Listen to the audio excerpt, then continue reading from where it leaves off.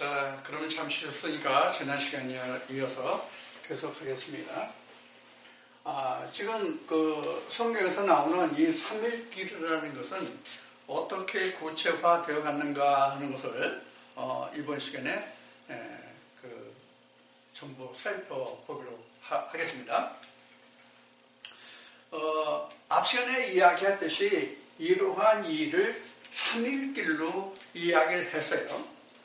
이 삼일길은 무엇의 전개냐 하면은 창세기 1장 1절의 천지창조의 전개도입니다.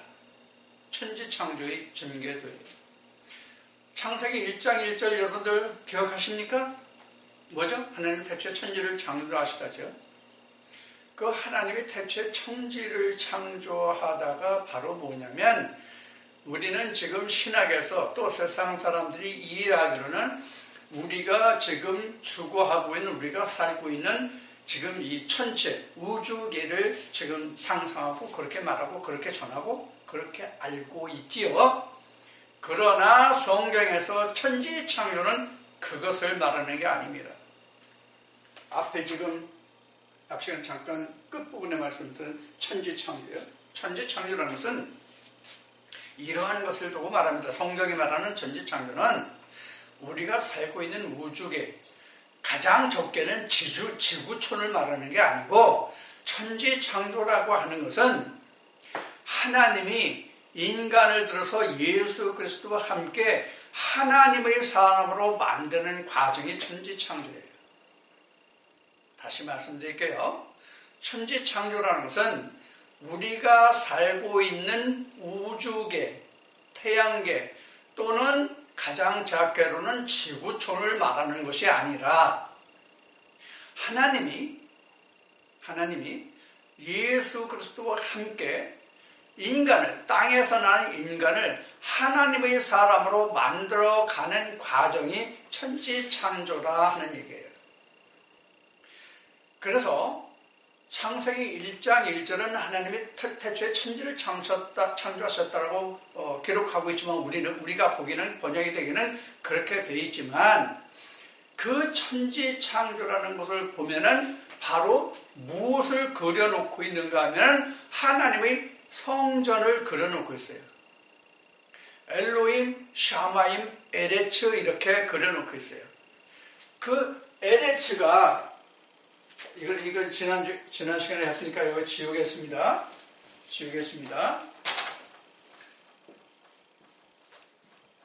이렇게 해서 구분을 지겠습니다.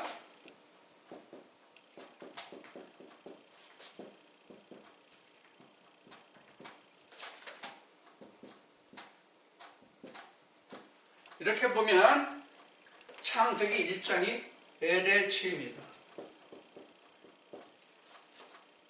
창세기 2장이 샤마임입니다. 창세기 3장이 바로 엘로힘이에요.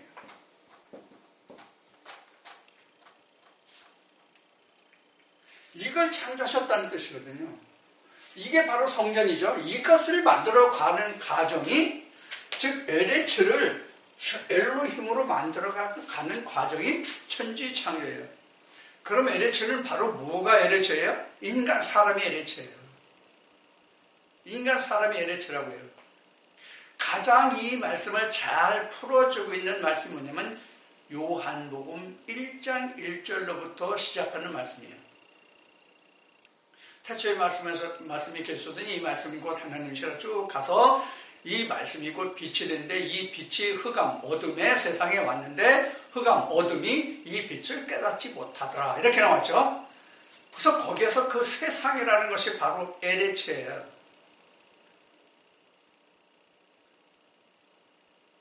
세상이라는 것이 에레츠라고요. 물론 단어적으로는 세상이라는 에레츠라는 세상이라는 단어가 아니에요. 땅이라는 단어가 아니에요. 에레츠는 땅이죠. 에레츠는 땅인데, 요한복음 1장에서 말하는 세상은 땅이라는 개념이 아니에요. 코스모스니까. 그래서 그 세상을 하나님 나라로 만드는 것이거든요. 그러면 인간이 사람이 세상으로 본 거란 말이에요. 하나님은. 무슨 세상?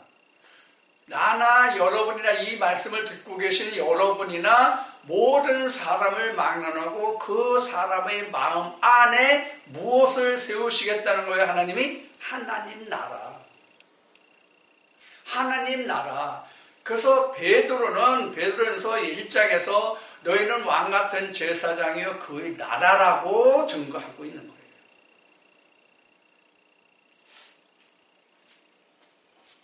자, 이것이 바로 뭐예요? 창세기 1장 1절에 기록된 말씀이죠. 창세기 1장 1절에 기록된 말씀이 바로 이거예요. 천지를 창조하셨다. 이걸 풀어가는 거예요. 이것을 풀어가는 거예요. 이것을 풀어가는데 LH를 만드는데 6일이에요. LH를 만들어가는 게 6일이라고요. 이 땅이라는 사람을 만들어가는데 6일이에요. 어떻게 6일이에요? 첫날 빛으로 시작해서 사람을 만드는. 이 사람이 곧 흙이에요. 이 사람이 바로 흙이라는 게 어디 나와요? 창세기 2장 7절에 나와요. 흙으로 만든 사람의 코에 생기를 불어넣으니. 그래서 이게 창세기 1장은 그냥 LH 흙이에요. 그냥 겉사람을 만드는 거예요.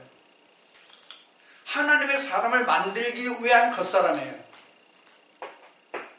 지금 앞 시간에 말씀드렸듯이 이 지금 애굽이라는 게 바로 뭐예요? 교회에 들어와서 하나님의 말씀을 초등학문으로 가르침받는, 앞 시간에 초등학문이라는 얘기를 안 했는데 사도 바울이 여기를 초등학문이라고 얘기했어요. 초등학문이라고 얘기했어요. 그래서 너희가 주인의 아들일지라도 어렸을 때는 청지기 아래 든다, 이렇게 갈라디아 말씀을 통해서 증거하고 있어요. 자, 그래서 청지기 아래에 있을 때가 초등학문이에요. 이런 초등학문, 청지기 아래에 있을 때 이 과정을 거쳐 가야 되잖아요. 청지기 아래에 있는 과정이 바로 6일이에요. 그래서 6일이라는 것은 하나님의 말씀을 들을 수 있는 그러한 사람으로 만드는 과정이 6일이에요. 그것이 6일이에요. 그래서 창세기 1장이 6째 날까지 창조를 기록하고 있어요. 그래서 창세기 2장, 3장을 통해서 하나님의 생기를 불어넣고 생명나무 열매를 먹게 하시는 거죠. 자, 그래서 6일이고 여기 광야가 1일, 그 다음에 여기가 1일, 그러니까 8일이죠. 여기가 8일. 이게 안식이죠. 앞 시간에도 얘기했죠. 안식 첫날 얘기했죠. 안식. 8일간 할래. 여기가 안식이에요. 근데 이 지금 6일, 1일, 8일 이것은 지금 아브라함 때 하나님이 아브라함을 할례하면서, 즉 할례 전에 아브라함이 됐죠. 그리고 할례를 받았죠. 그리고 이삭의 할례, 이후에 이런 할례들 다 이제 이야기가 나오죠. 자, 이와 같은 관계에서 우리는 전체를 8일인데, 우리가 광야 생활까지를 통해서 이스라엘 백성들이 무엇을 준비했냐면 가나안에 들어가는 준비가 끝나요. 광야까지를 통해서. 그럼 광야까지를 통해서 가나안에 들어가는 그런 자격이, 여건이, 그 조건이 충족된다, 이렇게 말할 수 있겠죠. 그러면 이스라엘 백성들이 광야 가서 무엇이 애굽에 있을 때와 달라졌어요? 하나님의 법이 있는 게 달라졌죠. 애굽에 있을 때는 세상의 법이 그들을 다스렸다면 광야에서는 하나님의 법이 생겼죠. 하나님의 법이 생겼어요. 그래서 하나님의 법을 가진 사람이 어디에 들어가요? 가나안에 들어가요. 그럼 가나안에 들어가면 끝이 났습니까? 가나안에 들어가면 끝이 났어요? 아니에요. 가나안에 들어갔다고 끝이 난 게 아니에요. 가나안에 들어가면 무엇이 시작이 됩니까? 가나안에 들어가면 무엇이 시작됩니까?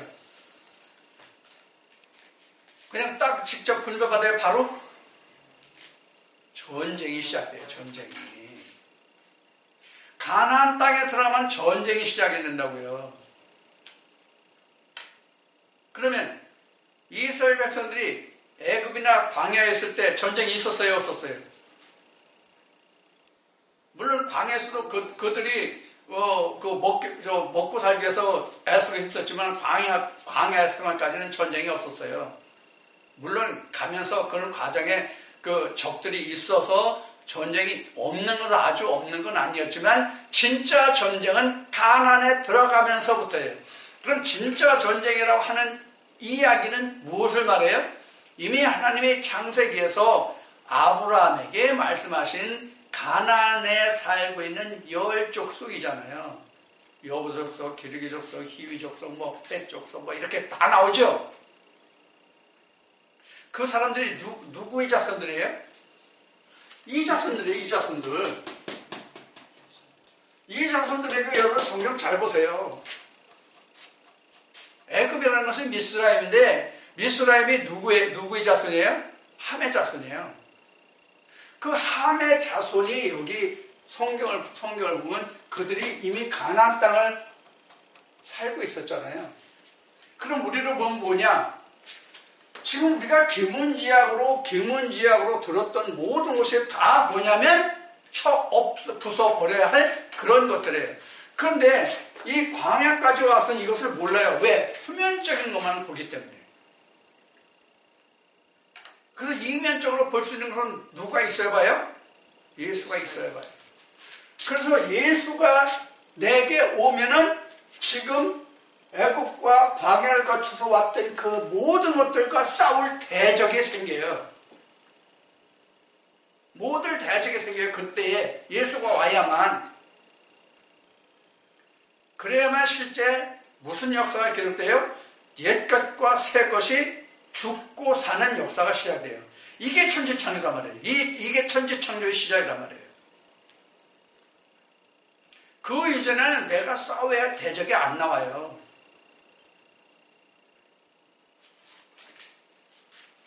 여러분들, 우리 인생이 일해야 먹고 산다는 것을 깨닫는 게 언제예요? 엄마 내가 태중에서 나와서 엄마 젖꼭지를 물고 있을 때부터 내가 일해서 먹고 살아야 된다는 것을 깨닫는 사람이 있어요? 아니, 철들어서 장성해서 결혼해서 처자식을 거느린 사람도 자기가 일해야 먹고 산다는 것을 알면서도 게으름 피는 자들이 얼마나 많아요.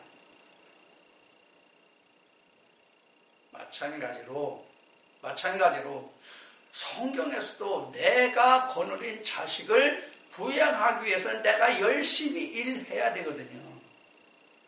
그게 바로 뭐예요? 전쟁이에요. 우리가 세상 살아가는 그 모든 것이 뭐예요? 전쟁이에요.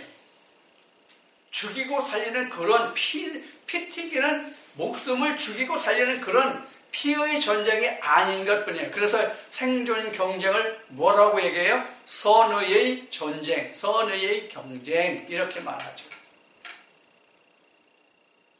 그런데 지금 우리가 이 가나안 땅에서 전쟁을 하는 것은 그냥 선의의 전쟁이 아니에요. 정말 피 튀기는 죽고 사는 경쟁이에요.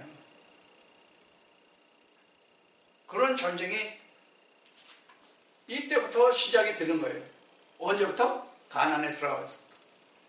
예수 그리스도가 내게 오면서부터 나는 싸워야 할 주적이 생기는 거예요. 그래서 예수님이 뭐라고 말씀하세요? 내가 온 것은 너에게 평강과 화평을 주려 온 것이 아니라 검을 주러 왔다. 검 뭐에 쓰는 게 검입니까? 검 뭐에 쓰는 게 검이에요? 그냥 집에 장식품으로 두라고 예수님이 선물로 검을 주러 오셨어요? 전쟁하라는 얘기거든요. 싸우라는 얘기거든요. 그래서 이스라엘 백성들이 출애굽해서 인원을 계수하죠. 뭐로? 20세 이상으로. 그 이유가 뭐예요? 창금을 들 수 있는 자, 창금을 사용할 수 있는 자잖아요. 그래서 우리가 신앙생활을 하는 데 있어서 우리가 하나님 나라를 들어가려면 여기에 살고 있는 이 본족 속을 다 어떻게 돼? 어떻게 돼야 되냐고요? 무찔러야 그 땅이 내 땅이 되잖아요. 이 의미가 이미 창세기 아브라함 때부터 증거가 되어 있어요. 뭐라고? 아브라함을 하나님이 할례하실 때 하나님이 네 몸에서 난 네 소생만 할례하라고 하셨나요? 네 집에서 길리운 그 모든 남자를 다 할례하라 이렇게 말씀하셨죠. 할례하다가 무엇입니까? 감추는 것이 드러나는 것이지만 할례라고 하는 이야기는 뭐냐면 씨를 드러낸다. 씨를 바르다가 할례예요. 다시 씨를 바르다. 그럼 씨를 발라보면 이것이 하나님의 것인지 아닌지를 표하는 것이 바로 할례예요. 이것이 하나님으로부터 인하였는지 아닌지를 구분하여 선별하여 그것을 정하는, 그것을 구별하는 하나의 방법이 뭐냐면 할례다 그런 얘기예요. 할례면 껍질을 까고 알맹이를 드러내는 거잖아요.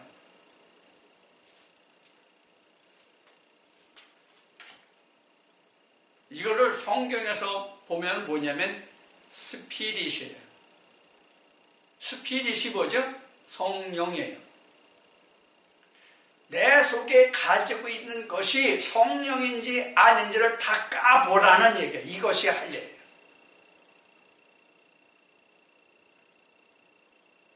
그럼 할례했다는 뜻은 뭐예요?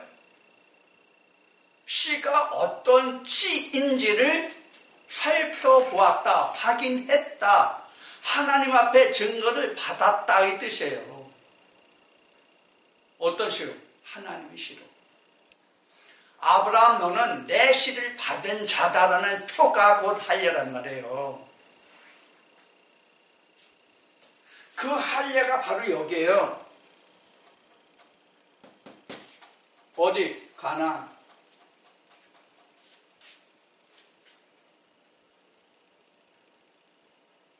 가나안 땅에 와야 할례라고 해요. 영적으로는.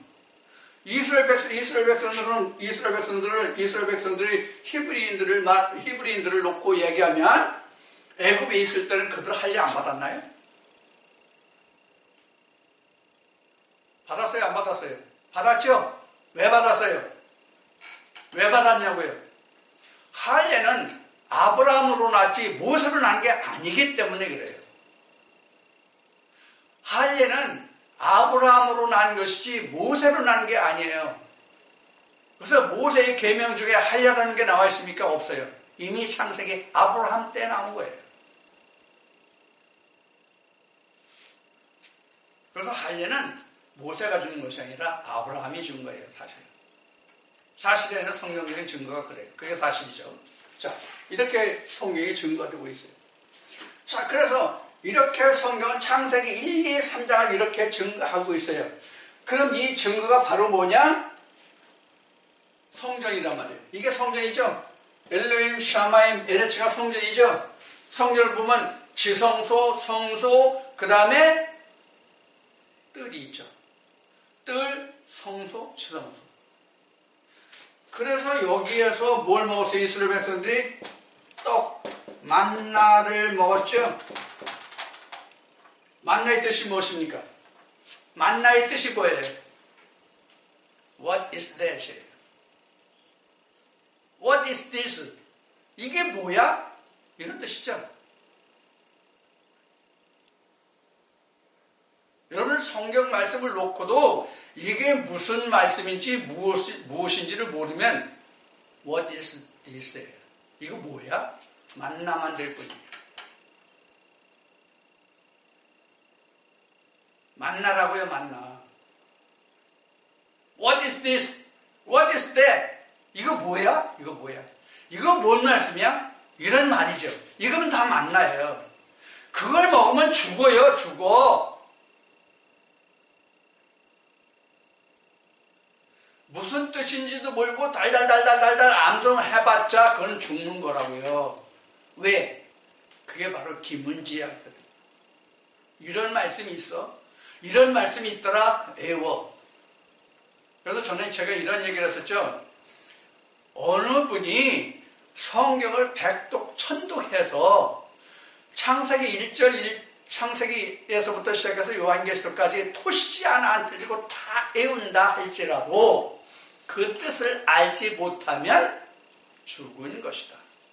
하나님의 사람이 아니다. 그런데 세상 사람들은 어떻게 말할까요? 교회 다니는 사람은 어떻게 말할까요? 아, 그 사람은 성경 백독했대, 천독했대, 토시 하나 안 틀리고 성경을 애운데, 아이, 그 사람 대단한 믿음을 가지고 있어. 이렇게 말해요, 안 해요? 그렇게 말하죠.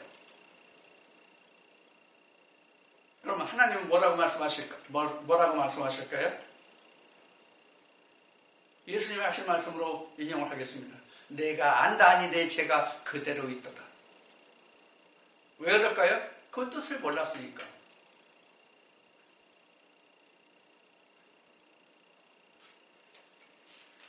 저 같은 경우를 나를 놓고 보면, 제가 예를 들어서 영어 소설이 있어요. 영어 성경이 있어요. 아니면 요새 북한 문제로 해서 미국과 북한과 한국이 지금 굉장히 뜨거운 지금 그런 상황에 놓여 있죠. 거기서 지금 거기에 같이 붙들려서 지금 곤욕을 치르고 우리가 전쟁하고 있는 것이 지금 중국이 있죠. 중국이 원래는 지금은 중국이라고 하지만 원래는 중공이죠. 중국 공산당국가. 중공인데 지금 중국이라고 하죠. 우리가 국교를 맺으면서부터. 그래서 지금 이러한 뜨거운 상황에서 그래서 알게 모르게 지금 각종 매체를 보면 미국에서 지금 북한과 중국과 일어나는 내용들이 한국과 더불어서 많이 지금 보도되고 있지만 그걸 보고 나 같은 경우에는 풀어주지 않으면 몰라요. 해석해주지 않으면 몰라요. 그런가 합니다. 이 정도뿐이 몰라요. 이게 바로 기문지약이에요. 그러니까 뭐가 필요해요? 통역이 필요하죠.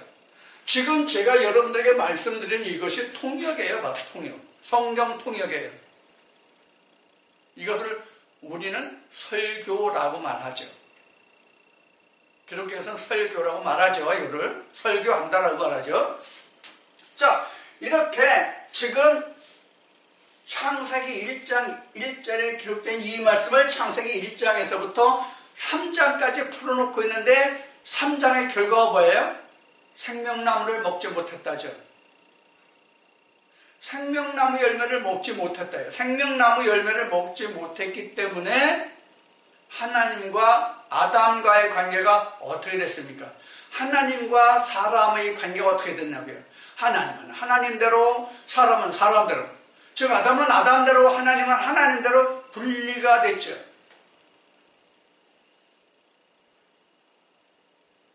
그래서 창세기 4장부터는 그 분리된 그 이유가 뭐며 어떻게 하면 하나님께로 돌아갈 수 있는지를 기록한 것이 창세기 4장부터 요한계시록까지예요. 그것을 풀어가는 것이 설교고 그 풀어진 것을 내가 소유해서 내 것으로 만들면 그게 천지창조요. 내가 하나님의 사람으로 된 거예요. 그래서 창세기 2장의 시작을 보면 하나님의 일곱째 날의 이름에 하나님이 모든 것이 마치고 하나님이 안식에 들어가셨죠. 그런데 그 뒤에 이어지는 말씀이 뭐예요? 경작할 사람이 없다는 거예요. 그래서 경작할 사람을 만들어가는 과정이 뭐냐면 지금 말씀드린 천지창조예요. 경작할 사람, 농사 지을 사람, 농사 지을 사람, 경작할 사람을 만들어가는 것이 천지창조예요. 어떤 땅을 경작할까요? 아담의 코에 생기가 들어간 후에 생겨지는 에덴의 경작자란 말이에요. 그 에덴이 어디예요? 지금 물론 우리 가나안을 다 알잖아요. 이 가나안의 경작자, 가나안을 경작할 자를 지금 지어가는 것이 바로 오늘날 우리에게는 천지창조가 된다. 그런 설명이에요. 여기서부터 천지창조가 일어나는 거예요. 그러니까 누가? 예수가 와야. 예수가 와야 하나님을 알게 하고 나를 알게 하고, 그래서 하나님이 말씀하시는 것을 내가 들어서, 예수를 통해서 들어서 우리가 그 일을 할 수 있는 것이거든요. 그래서 예수님이 하시는 말씀이 뭐예요? 아버지가 일하니 나도 일한다. 아버지가 무슨 일을 하시는지를 알아야 나도 일하잖아요. 세상 사람들은 아버지가 하는 일을 자식이 꼭 대를 이을 필요는 없어요. 그럴 수도 있고 안 그럴 수도 있어요. 가까운 일본 같은 경우만 해도 지금까지 들리는 얘기가 아버지가 라면 가게를 했으면 그 대대손손 라면 가게를 해요. 뭐 3대 4대. 그들은 그걸 부끄럽지 않게 생각해요. 우리나라 같으면 라면 끓이는 거 3대 4대 하려고 하는 집 있습니까? 없어요. 대장장이가 있다면 대장장이 3, 4대까지 하려고 하는 집 없어요. 일본은 합니다. 그걸 장인정신이라고 말하죠. 그러나 세상의 일은 대물림을 할 수도 있고 안 할 수도 있어요. 그러나 성경은 반드시 똑같은 대물림이 돼야 돼요. 이게 창세기 1장에서 하나님이 뭐라고 말씀하세요? 나의 형상대로 사람을 지었자 하는 얘기예요. 그게 천지창조란 말이에요. 그럼 나의 형상이 뭐예요? 예수님 말씀하신 내가 너에게 이른 말이 영이요 생명이다, 그 말씀과 같은 거예요.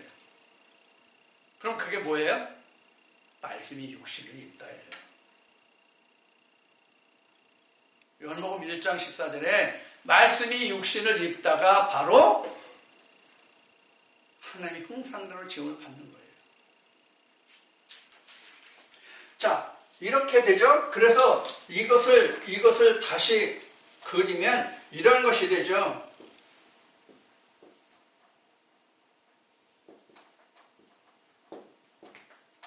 다시 씁시다. 좀 글씨가 좀 난필이 됐는데.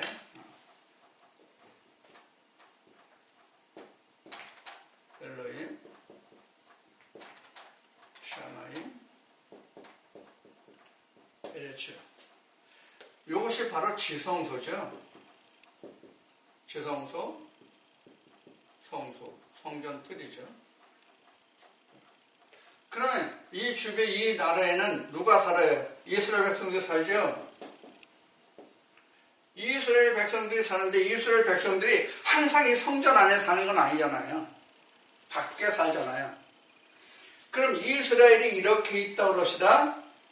요 동그라미 요 원 안에 이스라엘이 있다고 합시다. 그럼 이스라엘 중에 요거 있죠. 요걸 뭐라고 그래요? 요거를 뭐라고 그래요? 성전이라고 그러죠.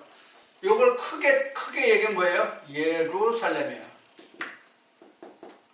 이것을 크게 얘기하면 예루살렘이에요. 예루살렘은 평강과 평화의 장소, 땅이 예루살렘이에요. 그러니까 이 세 군데를 놓고 보면 여기만이 예루살렘이 있겠죠.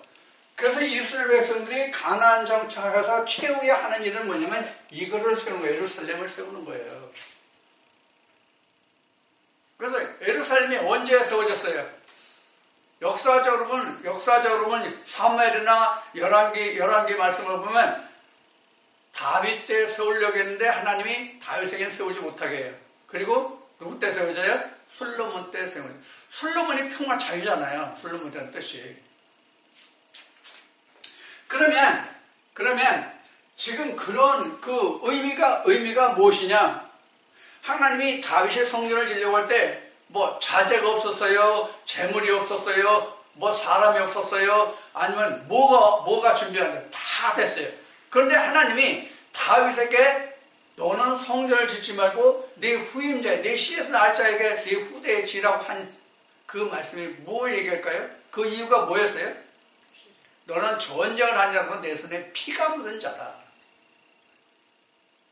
전쟁을 해서 피가 묻었다면 평강과 평화가 아니잖아요. 그렇죠? 그러니까 그는 세울 수 없는 거예요. 그러니까 전쟁 뒤에 평화가 오잖아요. 전쟁 뒤에 평화가 오잖아요. 그 자가 하나님의 성전이 되는 거예요. 그 자만이. 그래서 솔로몬 때 성전이 지어지는 거예요.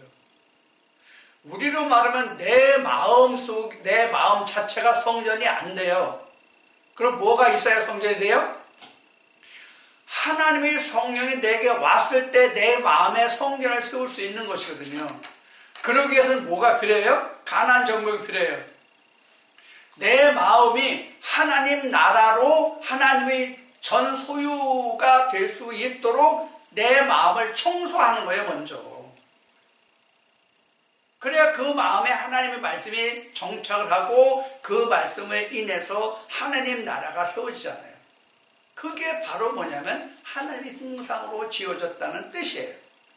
그게 신약으로 요한복음으로 와서 방금 전에 말씀드린 말씀이 육신을 입었다 이 뜻이에요. 그때부터 나는 그럼 다 온전히 말씀이 육신을 입으면 내가 그때부터 완전히 다 하나님 사람으로 온전히 지어졌느냐? 아니에요. 지어져 가는 거예요. 뭐가 있을 때? 예수가 오면서부터 나에게는 하나님 나라가 지어져 가는 거예요. 그럼 이러한 것을 성경은 어떻게 나타냈는가? 이스라엘이라는 나라를 통해서 하나님이 이것을 어떻게 나타내셨는가? 다니엘서에 잘 기록이 되어 있어요. 뭐예요? 이사야나 에레미야가 유다가 멸망하고 70년 종살이를 하나님이 말씀하셨어요. 그 70년이 바로 뭐냐면 이 전체의 역사예요. 이 전체의 역사예요. 그래서 바벨론의 통치를 받고 예루살렘을 중건하고 다시 가나안을 이스라엘 나라를 형성하는 것이죠. 이게 70일의 역사예요. 그런데 이스라엘이 이렇게 멸망하고 다니엘 이후에 그 예언했던 그 말씀이 그 표면적으로 이루어진 게 사실은 이스라엘 독립인데 그것이 자그마치 3000년 후에 일어났던 일이에요. 1948년에 그 이스라엘의 독립 국가로서 수용을 받을 수가 있었죠. 그때까지 그 기간이 무려 3000년이 넘었다고 그래요. 자, 여하튼 이런 과정을 거쳐서 하나님 나라가 이루어지는 거예요. 자, 표면적으로 이와 같이 이스라엘이 회복되지만 우리는 이러한 과정을 거쳐서 하나님의 사람으로 내가 회복되는 것이거든요. 하나님의 형상으로 지어지는 거라고. 그래서 하나님 나라가 내게서 회복되는 것이죠. 이게 이스라엘의 재건이에요. 각자에게 있어서. 지금 중동의 이스라엘이 무려 물경 세상의 역사로 해서 3000년이 지난 후에 그 나라가 독립했다는 것과 내가 하나님의 형상으로 지어졌다는 것과는 전혀 별개의 문제예요. 자, 그래서 요 지금 하나님이 말씀하신 이사야와 다니엘을 통해서 에레미야하고 이사야를 통해서 말씀하신 70년의 그 종살이가 무슨 뜻인지를 그 풀어놓은 게 바로 다니엘서 7장에 나오는 70일에 관한 것이죠. 자, 그래서 70일에 관한 것을 다시 좀 써볼게요. 이 전체가 70일인데,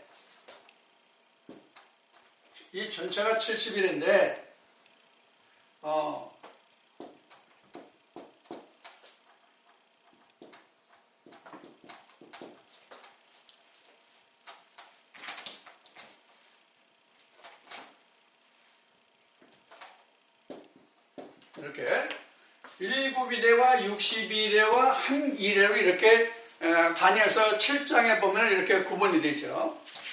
이렇게 구분이 되죠. 이것이 삼일계라고 똑같은 역사예요. 이게 3일절하고 똑같은 역사란 말이에요. 이스라엘 백성들이 실제로 바벨론의 종살이한 것은 사실은 69년이 채 안 된다고 그래요. 그러니까 70년이 차기 전에 이스라엘이 중건되죠. 그때 성경 역사 보면은. 근데 이것을 다시 보면은 이거하고 똑같단 말이에요. 미안합니다. 광야가 이게 보이죠.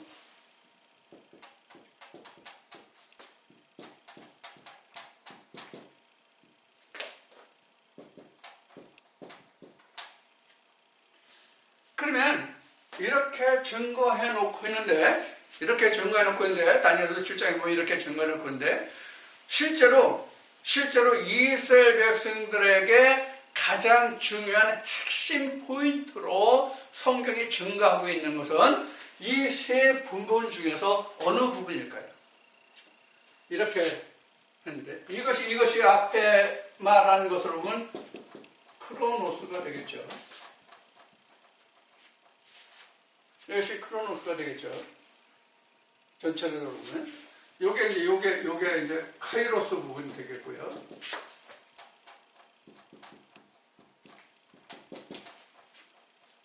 자, 요 지금 세 부분 3일글이 있는데 성경에서 가장 핵심 포인트로 중요하게 기록하고 있는 부분은 이 세 구간 중에서 어느 구간이냐 하는 거예요. 어딜까요? 이 끝부분이에요. 지금 한일이니까 7일이죠. 70일에 중에서 7일에 62일에 한일에 이렇게 나왔는데 가장 중요하게 성경에서 기록한 것이 요 7일이에요. 한일.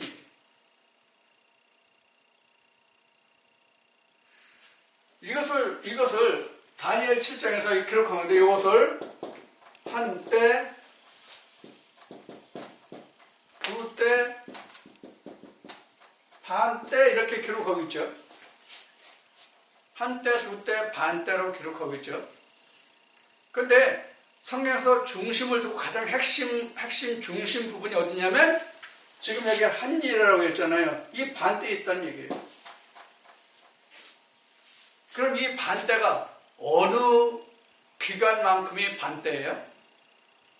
성경에 나타난 바로 보면 이 반때가 이렇게 나와요. 1260일도 나오고 42개월도 나오고 이렇게 나와요. 1260일도 나오고 42개월도 나오고. 그래서 이 1260일이나 42개월이나 이게서 다 똑같은 이야기거든요. 그럼 한때, 두때, 반때를 지났으니까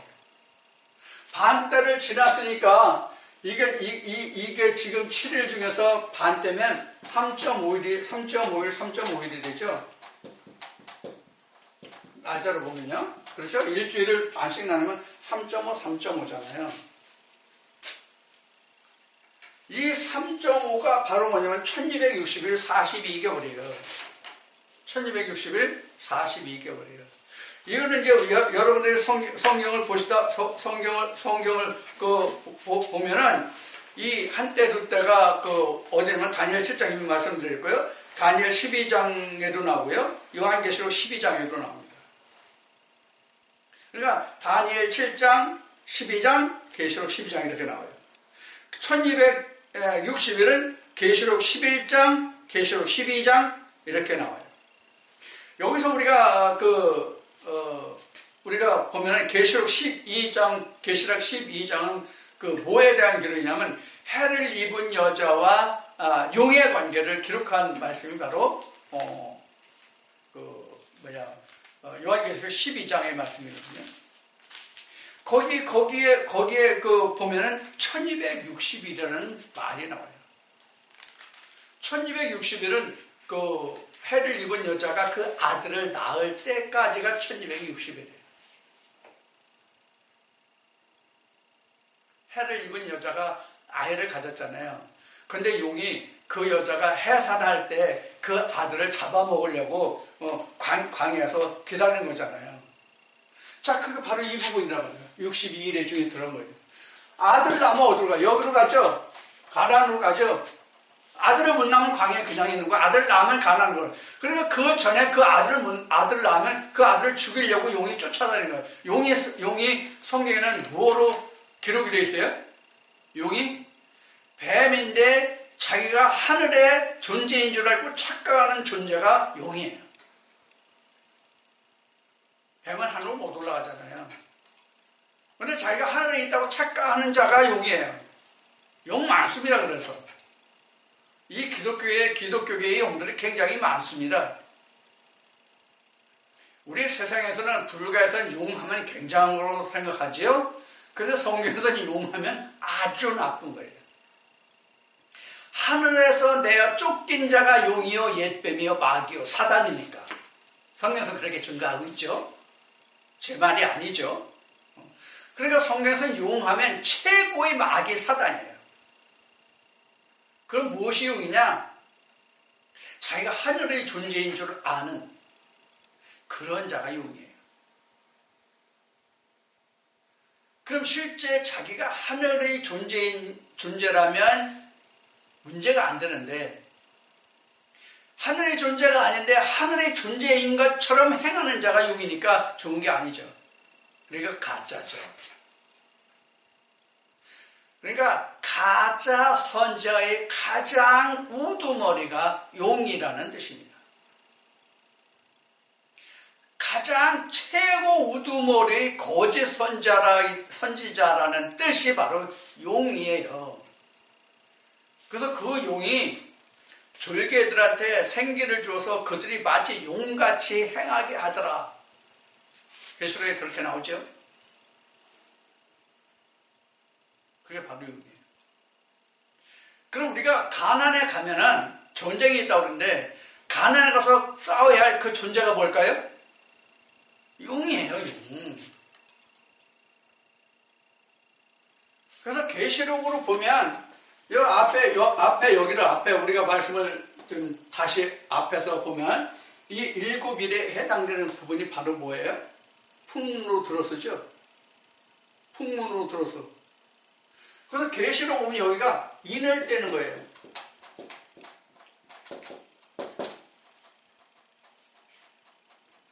인을 떼야 그 속에 무엇이 들어있는지를 알잖아요. 인이 인쳐졌다는 얘기는 뭐예요? 봉해졌다 이 뜻이죠. 즉 감추어졌다 이 뜻이죠. 그럼 우리 믿는 사람, 성경을 보고 믿는 사람들에게 인이 쳐져 있다라고 하면 뭐예요? 보지 못한다 이 뜻이에요. 깨닫지 못한다 이 뜻이에요. 그럼 봉한책이죠.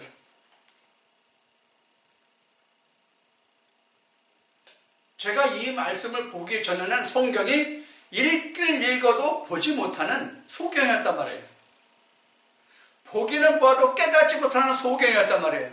듣기는 들어도 알지 못하는 귀머거리였단 말이에요. 그러니까 뭐예요? 귀문지약이죠. 들은 풍월이에요.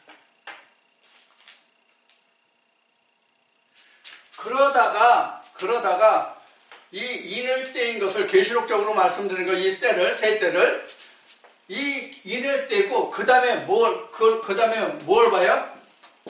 나팔을 들어요. 하나님의 음성이죠. 기문지약은 어떤 기문지약이에요? 사람으로 듣는 기문지약이에요. 여기는 하나님의 음성을 듣는 거예요. 하나님의 음성을 들어요. 같은 기문지약 들으면 그런 기문지약이 아니냐 이런 질문이 있을 수 있기 때문에 말씀드리는 거예요. 누구로부터 듣느냐고요. 예수님 말씀하신 같이 너는 마귀 아비에게서 들은 것을 말하고 나는 아버지에게서 본 것을 말합니다. 여기는 아버지에게서 본 나팔 소리잖아요.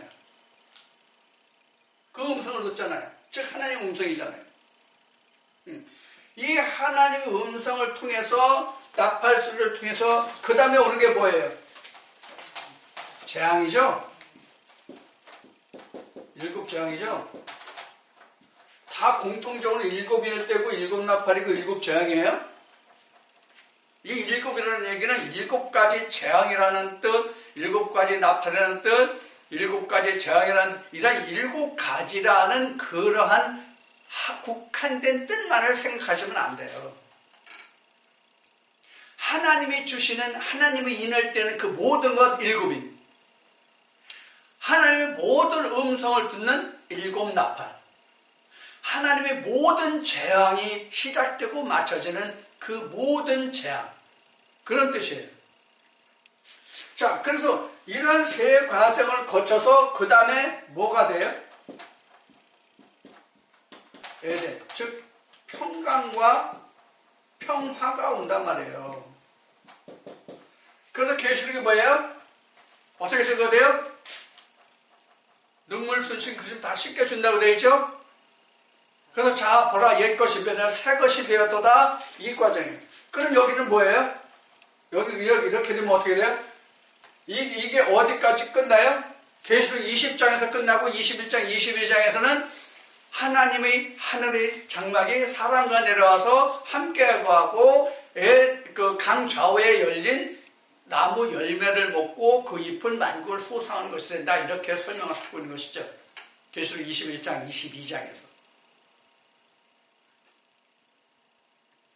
그러면 지금 이 모든 어디 가서 이 모든 재앙, 이것이 바로 뭐냐면 1260일 동안에 일어난 일이거든요. 3.5일 동안에 일어난 일이, 이 3.5일 동안에 모든 옛것을 다 망가뜨리고 부서뜨리고 싸워서 이겨 승리하면 그때가 첫째 부활이에요. 그것이 반때예요. 그것이 천년이에요. 거기까지가 계시록 20장에 자세히 기록되어 있어요. 가로하고 나머지 죽은 자들은 천년이 차기까지 다시 살지 못하더라. 계시록 20장 그 4절, 5절, 6절 그 사이에 들어있죠. 가로하고요. 그럼 그 천년이 뭐냐? 전쟁이에요. 이 지금 재앙에서 죽은 자는 첫째 벌에 참여하지 못해요. 이 재앙의 죽음은 첫째 벌에 참여하지 못한다고요. 첫째 벌에 참여했다는 뜻은 바로 뭘 말하는 거냐? 에덴 동산의 선악나무를, 생명나무를 열매를 먹는 거예요. 이게 첫째 벌이에요. 예수 그리스도와 함께하는 거예요. 그래서 앞에 시간에, 오늘 앞에 시간에 둘째 사망이라는 단어가 나와 있었죠. 둘째 사망이 어디예요? 성경으로 얘기하면 장막 벗는 날이에요. 장막 벗는 날을 성경은 뭐라는 둘째 사망이라고 기록한 거예요. 둘째 사망이 끝나야 뭐가 와요? 하나님 나라가 와요. 온전한 하나님 나라가 온다고요. 온전한 하나님 나라가 어디에? 신학이 말하는 언제 올지 모르는 재림주 온 후에 내 안에서, 각자 안에서 이러한 과정들을 거친 그 사람 안에서만, 그러한 사람의 한해서, 그러한 사람에게 국한해서 이러한 일이 일어난다는 거예요.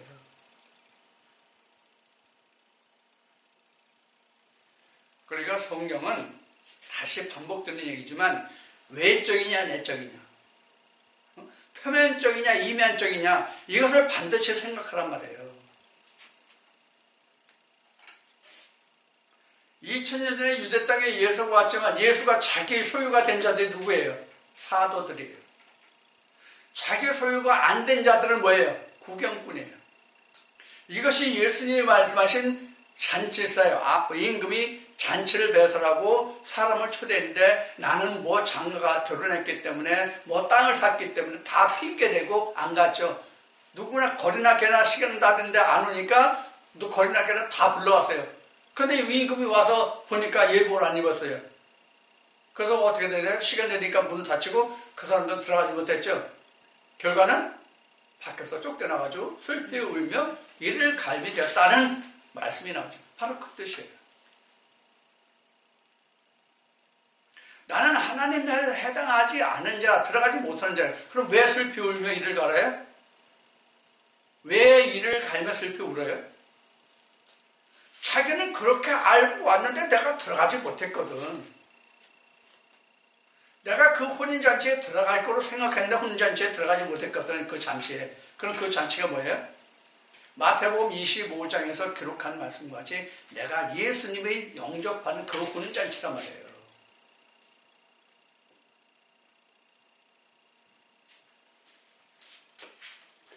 자, 이와 같이 장막을 벗어야만 그때 내가 뭐 와요? 진짜 평안과 평안이 와요. 이게 예수님이 말씀하시는 건 뭐예요? 내가 아버지의 보좌에 앉은 것 같이 너도 보좌에 앉게 하라는 이 말씀이에요. 근데 내가 이 자리에 온전한 평안과 평안으로 들어가기 위해서는 내가 장막을 벗어야 되는데 아직 내가 육신을 입고 있기 때문에 둘째 사망이라는 것이 전제된 거예요. 그러니까 내가 남은 여생 육신을 입고 있는 동안에 내가 다시 애굽으로 돌아갈지 모르거든요. 아니면 광야로 돌아갈지 모르거든요. 말씀에 붙들려 있지 않으면. 나의 소유된 것이 아니면, 온전한 것이 아니면, 내가 온전히 내 것이 됐다 할지라도 그것을 잘 키핑하지 못하면, 보관하지 못하면 어떻게 돼요? 다 도둑맞죠? 그래서 계시록에는 두루마기를 줘요. 계시록 7장에서 두루마기를 줘요. 두루마기를 주는데 그 뒤에 뭐라고 말씀이 다시 기록돼요? 두루마기를 빠는 자가 복이 있다 그랬어요. 두루마기를 빤다는 뜻이 뭐예요? 내가 말씀으로 항상 그 옷이 흰 두루마기가 더럽혀지지 않도록. 뭐 성경으로는 붉은색이죠. 예수의 피니까 빨간색이죠. 그런데 성경은 그걸 희다라고 말해요. 예수의 피로 말하면 붉지만 죄로 말하면 죄가 없는 백색. 그런 뜻이란 말이에요. 자, 이렇게 이러한 과정들을 거쳐서 우리는 하나님의 사람으로 지어지는 거예요. 그리고 하나님의 사람으로 지어져서 그러한 삶을 장막을 벗을 때까지, 즉 내가 죽을 때까지 유지하고 살면 그것이 뭐예요? 예수님 방금 말씀하신 말씀을 이용했듯이 아버지 보좌에 내가 앉는 거예요. 그러면 예수님이 아버지 보좌에 갔다 그랬죠? 근데 너도 아버지 보좌에 앉게 하겠다 그랬죠? 그러면 아버지 보좌가 몇 개예요? 아버지 보좌가 몇 개냐고요?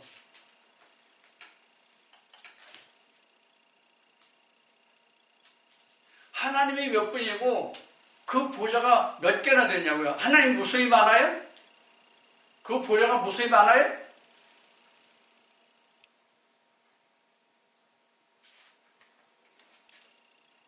이거를 정의하라 그러면, 이것을 설명하라고 그러면 여러분들은 어떻게 설명하실 수 있겠습니까?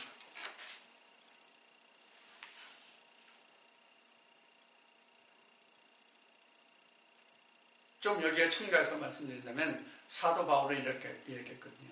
1등 하는 자만 상을 받는다고 되어 있죠. 1등 하는 자만 상을 받는다고 되어 있어요. 이 뜻은 자리가 하나뿐이 없다는 얘기거든요.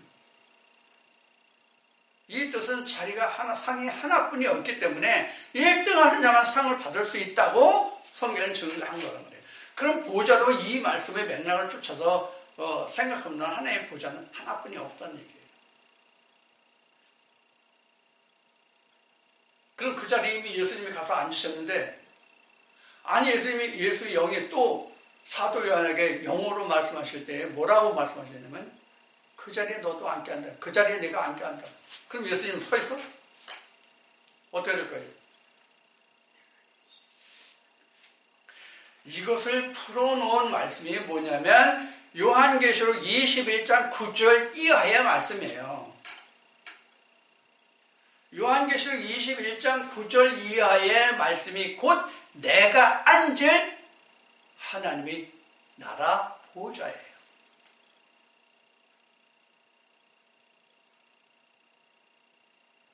이 말씀의 결론은 뭐냐면 내가 하나님 나라에 앉을 하나님 보좌라는 뜻의 결론이 뭐냐면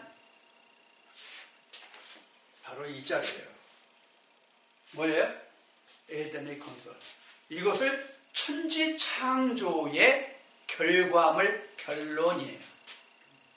이것을 한마디로 성경에서 증거한 것으로 증거한다면 베드로가 증거한 베드로전서 1장 9절인가에 있는 우리 믿음의 결국은 영혼의 구원이다. 이게 아버지의 보좌예요. 우리 영혼의 구원이 창조의 결론이요 성경의 전체예요. 사실은 이것 하나를 바라보고 우리가 믿음 생활을 하는 거예요. 믿음의 결국이 뭐라고요? 영혼의 구원. 이게 아버지의 보좌예요. 영혼의 구원이 아버지의 보좌예요. 그럼 아버지의 보좌가 뭐예요? 아버지의 보좌가 성경에는 뭐라고 증거되고 있어요? 아버지의 보좌가 뭐예요? 아버지의 보좌가 이런 거예요.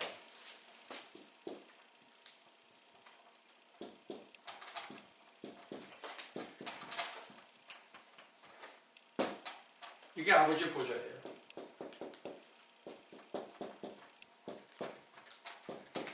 이게 아버지의 보좌예요.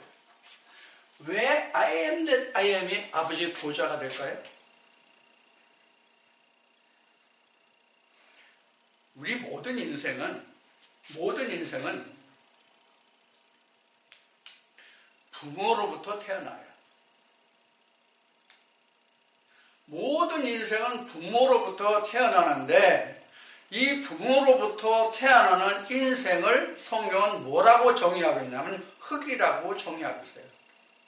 실제 흙이 아니라 아래에서 났다는 뜻이에요. 예수님이 말씀하신 대로 너희는 아래에서 났고 나는 위에서 났다고 하신 말씀을 기억하시면 돼요. 이게 요한복음 1장에서 3장까지 거듭남의 설명을 통해서 예수님이 하신 말씀이에요. 그래서 땅에서 난 자가 위에서 난 자가 되면 뭐예요? 스스로 있는 자가 돼요. 스스로 있는 자. 이게 스스로 있는 자라는 뜻이 I am that I am이에요. I am that I am이라는 것은 무슨 뜻이냐면 스스로 있는 자라는 것은 무엇이냐면 나를 짓고 만든 자가 없다는 뜻이에요. 그래서 창세기 1장으로 다시 돌아와서 내가 하나님의 형상이 되면 뭐가 돼요? I am that I am이에요. I am that I am이 된다고요. 스스로 있는 자가 된다고요. 말씀이 육신을 입었죠? 그럼 말씀이 육신을 입어서 육신을 벗고 말씀만 나온 뭐예요? 하나님 그 자체잖아요. 하나님 실존이 뭐예요? I am that I am이잖아요. 그러니까 우리도 I am that I am인 거예요. 이 I am that I am이라는 결론이 뭐라고요? 계시록 21장 9절 이하에 설명하고 있는 말씀이 I am that I am. 누가? 하나님을 믿어서 하나님 형상으로 지어진 자가 바로 I am that I am. 계시록 21장 9절 이하의 설명이다 그럽니다. 그래서 요 I am that I am이 되기 위해서 하나님이 우리에게 결과적으로 주신 것이 무엇이냐면 지금 인과 나팔과 재앙을 얘기했는데 그 재앙이 다 끝난 다음에 이것이 끝나면 뭐가 되냐면 첫째 부활. 이거 적어도 되겠죠?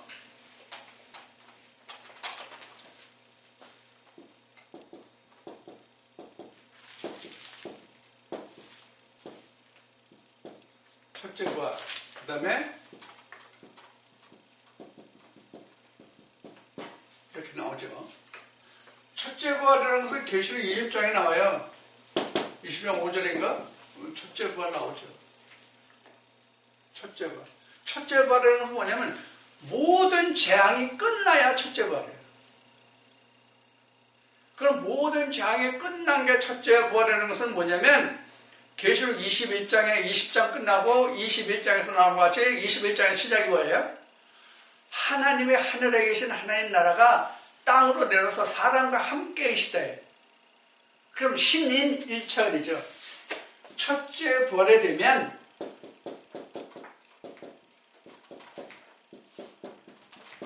신인일체가 돼요. 이게 요한복음 1장 14절이에요. 요한복음 3장의 거듭남이에요. 이게 신인일체가 요게 언제 일어나느냐?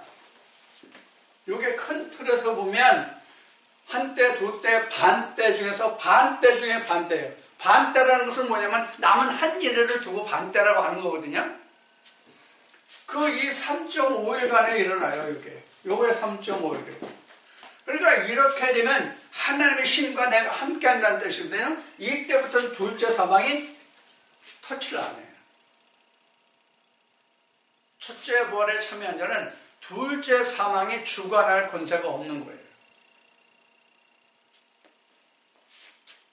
자, 신인일체가 돼요. 그러면 우리가 신인일체에서 이거 다음 시간에 또 이제 한번 언급이 될 텐데요. 다음에 언제 갔더니 또 한번 이제 있을 텐데요.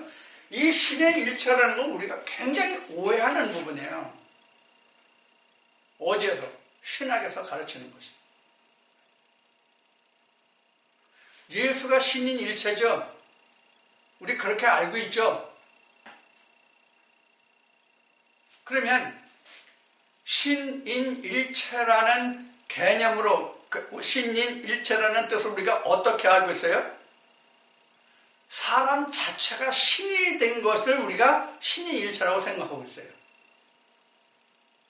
사람 자체라고 하는 얘기는 이 육신마저도 이 껍데기, 이 살덩어리마저도 신인일체에 들어가는 걸로 알고 있어요. 아니에요. 그런 뜻이 아니에요. 신인일체를 여기다가 그림을 그려서 설명을 드리면 이런 얘기예요. 여기가 하나님이잖아요. 사실 우리가 엘로힘이니까 엘로힘이가 여기 하나님이잖아요. 여기 우리 마음이잖아요. 여기는 우리 육신이란 말이에요. 성경으로 보면 이게 사르스예요. 이게 소마예요. 여기 엘로힘이죠. 그러면 이 소마가 엘로힘이 됐다는 것이 신인일체예요. 요 사르스도 신인일체에 속하는 것이 아니라 사르스도 신이 됐다는 것이 아니라 소마에 엘로힘이 입었다 이 뜻이라면 이게 거듭났다 이 뜻이에요. 사실은. 이게 언제? 첫째 부활이란 말이에요. 이게. 그래서 여기서부터 시작해가지고 여기까지 와야 돼. 둘째 사망, 내가 장막을 벗는 날까지 와야 되잖아요. 여기가 장막이라고 앞에 말씀드렸죠? 장막 우리 육체를 이야기하는 거예요. 우리 육체를 이야기하는 건데 이 육체를 벗어야 내가 하나님 보호자에 들어가는 것이죠. 근데 우리 육체를 입고 있는 날까지는 둘째 사망과 첫째 발이 같이 있는 거예요. 우리가 장막을 벗는 날까지는 육체와 영이 함께 있는 거라고요. 근데 여기서 신인일체에 대해서 우리가 오해하는 게 예수를 우리가 신학에서는 신인일체라고 얘기하는데 즉 사람이 사람으로서 신이 된 자 이런 뜻이죠. 그런데 예수가 만약에 지금 방금 말한 육체도 신이라고 하면 십자가에 죽을 수 있어요, 없어요? 안 죽어요. 죽을 수가 없어요. 왜요? 하나님은 영이다. 뼈가 살이 없다. 뼈가 살이 없는데 왜 어떻게 죽어? 죽으려고 해도 죽을 수가 없죠. 근데 예수가 왜 십자가에 죽었어요? 그래도 신인일체예요? 즉 신인일체의 뜻이 무엇인지 우리가 좀 더 알라는 얘기예요. 좀 더 알아라. 신인일체가 무엇인지.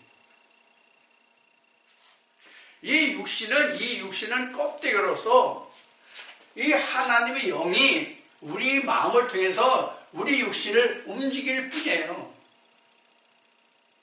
그러니까 이 육신이 그림자예요. 뭐에? 영에 대한 그림자. 그래서 예수님이 지난주에도 말씀을 드렸듯이 예수님이 제자들에게 뭐라고 말씀하셨어요? 하나님을 아버지를 보여달라고 하니까 뭐라고 말씀하셨냐고. 나를 보면 아버지를 봤다. 나를 본 것이 아버지를 본 것이다. 무슨 뜻이에요? 예수의 그 살덩어리 껍데기가 그렇다는 것이 아니라 나를 본 것은 이걸 봤잖아요. 이거를 본 거잖아요. 사도 바울도 그렇게 고백하잖아요. 내가 이제까지는 육체대로 하는데 사람을 육체대로 하는데 육체대로 알지 않기로 한다. 뭘 한다? 영으로 알기로 한다. 그 뜻이잖아요. 왜? 내가 그동안 예수도 육체대로 알았는데 이제는 그렇지 않다. 그래 이렇게 보는 거예요. 이렇게. 그러니까 첫째 부활에 관한 뜻은 예수를 육체로만 알던 사람이 육체가 아니라 영의 예수로 보기 시작하는 단계가 첫째 부활이에요. 뭐가 첫째 부활이라고요? 육체의 예수를 영의 예수로 알기 시작한 그 순간이 첫째 부활이에요. 그게 바로 요한복음 6장 63절에 내가 너에게 이른 말, 말이 레마예요. 레마라고요, 레마. 그 레마가 뭐냐면 생명이에요. 씨란 말이에요. 영생이란 말이에요. 그것으로 함께하는 그 순간부터가 뭐냐면 첫째 부활이에요. 이때부터 둘째 사망이 있는 그날까지 뭐가 돼요? 반복되는 얘기인데 계속 반복되는 창조가 돼요. 무엇으로? 하나님의 사람으로. 예수 그리스도로 만들어져 가는 거예요. 하나님의 사람은 하나님의 아들 예수뿐이 없잖아요. 요한복음 1장 14절부터 17절까지의 말씀을 통해서 그랬잖아요. 독생자인 예수 그리스도가 이를 나타냈다는 말씀 말이죠. 바로 그걸 만들어져 가는 거예요. 이게 창조예요. 즉 땅의 존재가 하늘의 존재로 지어져 가는 거예요. 그래서 전에 제가 말씀드린 것 중에서 이런 말씀을 드리는 것을 여러분들은 기억하시기 바랍니다. 여가 마음에요. 혼이라고도 하고요. 그래서 하나님의 영이 지금 이 말씀을 레마가 내 안에 딱 떨어져가지고 그 잉태가 되면 이 잉태가 되면 계속 분열을 일으켜서 여기서 생명으로 자라가죠. 그래서 야곱야곱 이렇게 된다고 그랬어요. 이것을 언제까지? 여기까지 한단 말이에요. 여기까지. 지금 이게 그런 의미예요. 그러니까 지금 여기서 첫째 부활을 통해서 내가 이렇게 지어지는 거예요. 내가 하나님의 사람으로. 그러니까 이 소마가 뭐로 변하는 상태? 엘로힘. 소마가 엘로힘으로 지어져 가는 과정이 둘째 사망까지의 과정이에요. 요 기간을 통해서 내가 소마가 엘로힘으로 되는 거예요. 그럼 뭐가 돼요? 엘로힘으로 되면 이게 하나님의 형상이죠. 근데 아직은 요 첫째 부활과 둘째 사망 요 사이를 잇고 있는 게 뭐예요? 육체란 말이에요. 육체 속에 가리워져 있죠. 그래서 숨은 사람, 숨은 도 또는 속사람 이렇게 얘기하는 거예요. 겉사람, 속사람이라는 게 이런 뜻이에요. 물론 겉사람, 속사람도 그 안에 들어가면 소마가 겉사람이고 엘로힘이 속사람이에요. 그런데 표면적으로는 영의 속사람, 우리 육체가 겉사람이 되죠. 표면적으로 보는 거는. 자, 이러한 과정을 거쳤다가 하나님의 형상으로 지어져 가는 거예요. 이렇게 해서 지어져 가기 때문에 성경에 1260일 42달을 둔 거고 스가랴 13장 8절에서는 3분의 2의 멸절과 3분의 1의 시험이 나온 거예요. 3분의 1이 이 부분이에요. 정확하게 얘기하면. 크게 얘기하면 이 첫째 부활에서부터가 3분의 1인데 정확하게 얘기하면 이 둘째 사망에 들어갈 그 부분이 진짜로는 3분의 1이에요. 자, 지금까지 말씀드린 이러한 과정들을 다 거쳐야만 나는 비로소 하나님의 형상으로 지어진 자, 즉 믿음에 거하는 자가 되는 거예요. 이러한 사람이 앞에 말씀드린 바와 같이 요 그림에서 말씀드린 바와 같이 이것이 뭐냐면 계시록 21장 9절의 말씀이에요.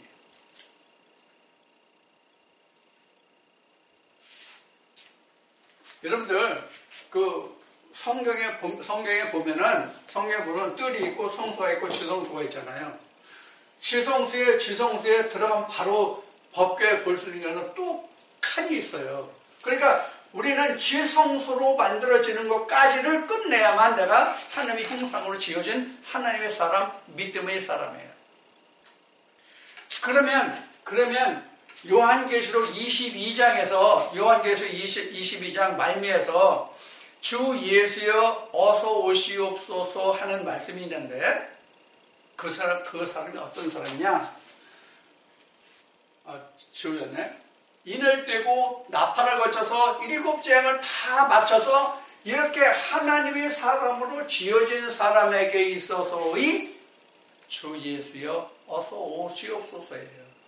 그럼 그때가 뭐예요? 재림이에요.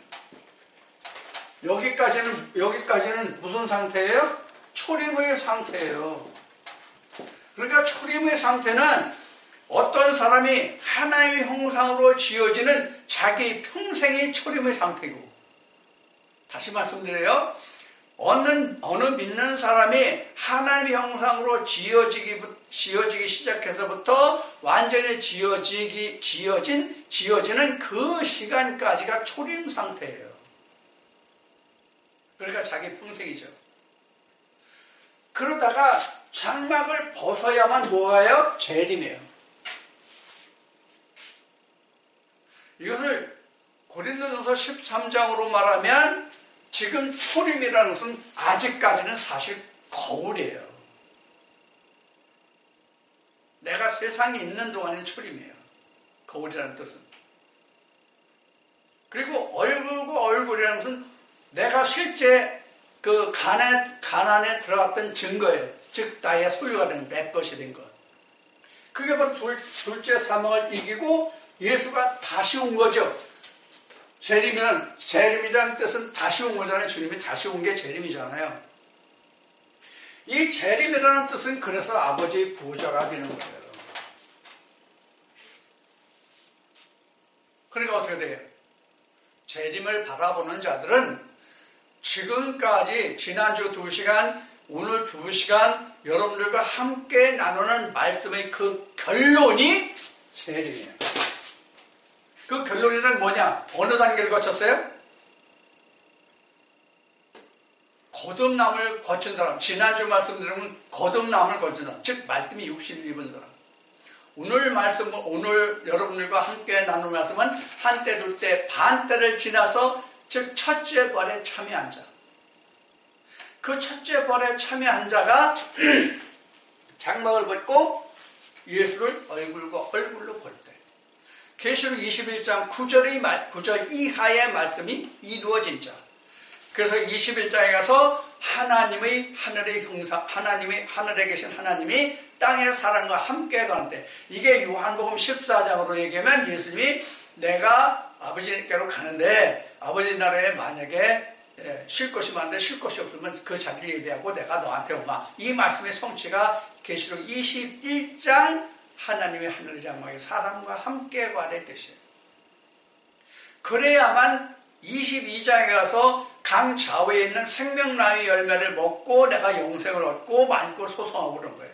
만국의 소성이 뭐냐면 지금 요 그림 그렸죠? 요 그림 그렸죠? 요 그림이 만국의 소생이에요. 내 마음에 하나님 나라로 점점 변해가는 것이 바로 소성이라고 해요. 소생, 소성.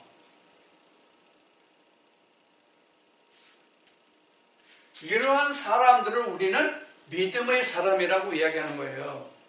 인을 떼고 나팔 소리를 듣고 재앙을 모두 이긴 사람들을 믿음의 사람, 이런 것을 거듭남이라고 해요. 첫째 부활에 참여한 자를 믿음에 거한 사람이라고 얘기했죠.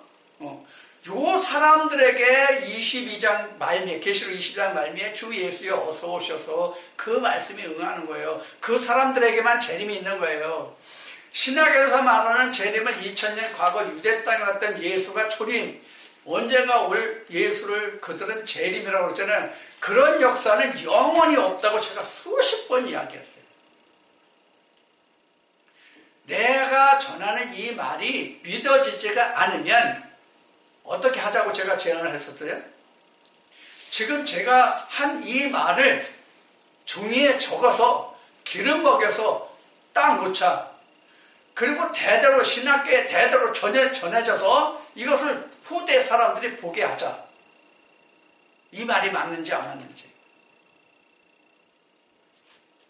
그런 이야기까지 제가 그동안 수십 번을 했어요. 실제로 안 이루어져요. 성경이 그렇게 기록하고 있는 부분이 없거든요. 근데 오늘날도 지금 사도행전이나 계시록이나 다시 오신다는 그 말씀을 듣고 지금 하늘을 쳐다보고 공중부양해서 휴거할 줄로 생각하고 있는 사람들이 많아요. 적어요. 지금 현재 신학교에서 재림주를 어떻게 바라보고 있느냐고요. 꿈 깨세요. 그런 역사는 영원히 없다는 것을 여러분들에게 지금 말씀드릴 거예요. 성경은 지금까지 지난주 2시간, 오늘 2시간을 통해서 오늘 2시간을 통해서 같이 나눈 이 말씀 속에 들어있는 자만 예수의 재림이 있다. 그런 자는 없다. 그렇지 않은 자는 없다. 그런 얘기입니다. 그러니까 우리가 똑같은 신앙생활을 한다고 할지라도 실질적인 신앙생활과 표면적인 신앙생활이 있는 거예요. 표면적인 신앙생활을 집어치우세요. 이 말씀을 듣고 있는 여러분들도 표면적인 건 소용없는 거예요. 이면적인 건 나의 소유된 것으로 만들으라고 앞 시간에 말씀을 드렸어요. 네, 듣는 것으로는 안 돼요. 내 것으로 만드세요. 그게 신앙생활, 믿음 생활이에요. 그래서 믿음이 있어야, 즉 이러한 하나님의 성령의 역사가 내 것이 되야만 그 다음에 올 수 있는 것이 신앙생활, 믿음 생활이에요. 제가 전하는 말씀을 듣는 그 자체가 믿음 신앙생활도 아니에요.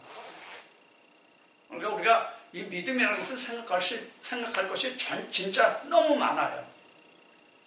오늘 2시간 걸쳐서 나눈 이 말씀들을 통해서 여러분들이 진짜 참된 신앙생활, 진짜 믿음이라는 것이 무엇인지를 다시 한번 여러분들이 각인하셨으면 좋겠어요.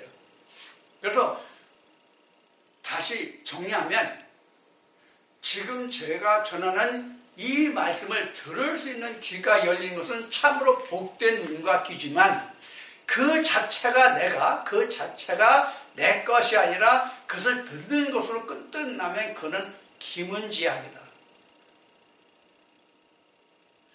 그것을 내가 보는 것으로 만족하는 것도 하나님의 뜻에 합당한 것이 아니다.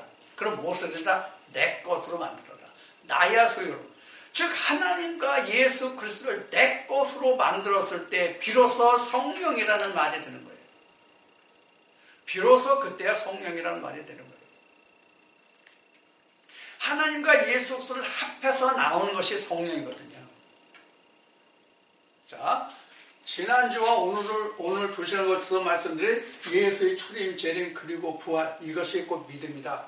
이렇게 말씀드렸는데 이렇게 되는 것이, 즉 초림, 재림이 초림, 재림이 곧 부활이거든요. 그래서 초림은 첫째 부활, 재림은 둘째 사망을 이기는, 둘째 사망을 이기면 부활이잖아요. 자, 이런 과정의 전부를 말씀드렸으니 여러분들이 지금 말미에 말씀드린 것 같이 이렇게 들음으로 끝나지 마시고, 들음에서 믿음의 시작은 되지만 그것이 내 거야가 되어야 믿음이 되니까 그런 믿음에 이를 수 있는 그런 말씀이 되기를 오늘 이 시간 주님의 이름으로 간절히 소망하고 축원드립니다.